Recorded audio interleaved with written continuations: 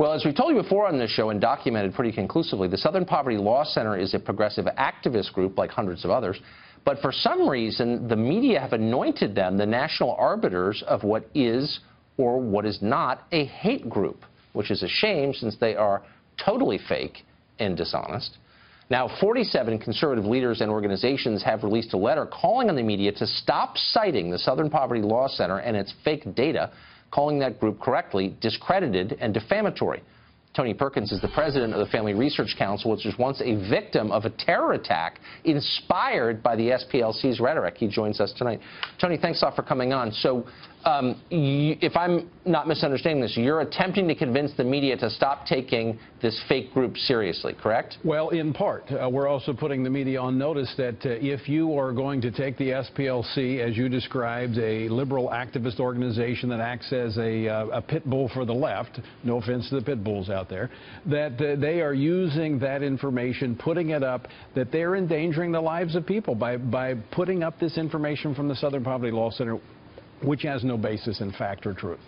Well, to call someone a hate group is to lump them in the popular mind, in my mind anyway, with like Nazis and crazy people, violent people, truly scary people. Well, and that's what they did for the first 2 decades of their hate list, but 2 years into the Obama administration, when it was open season on Christian organizations that were opposing the Obama administration, that's when they started adding Christian groups to their list, and they started popping up in 2010 when President Obama unleashed his hostility toward religion, and Secretary of State Hillary Clinton was taking the same agenda overseas.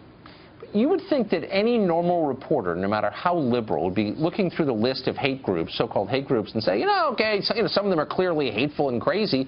Then they get to the Family Research Council and you say, you know, I may not agree with their agenda, but like they're not a hate group.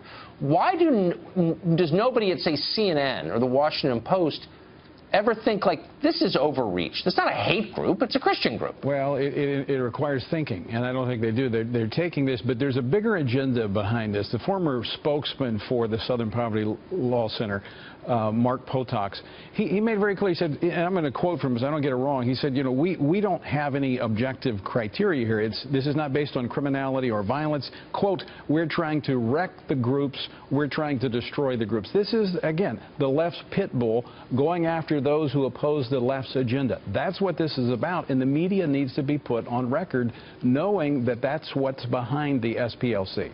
It's just so dishonest. It's like treating Media Matters like a legitimate, media analysis group, which the press also did until they were called on it repeatedly. Have you had any response from media organizations to your letter? Not really. With the conservative groups, the conservative media that understands what the SPLC is up to, yes, they are publishing it. Others, not so much so. But here's the thing, Tucker.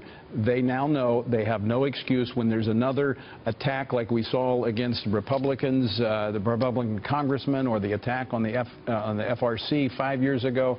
The media has become complicit in this violence inspired by, I should say, the Southern Poverty Law Center. And it's just so dishonest. A hate group. What does that even mean? I hate that garbage. Tony, thank you so much. Good to see you tonight. Good to be with you.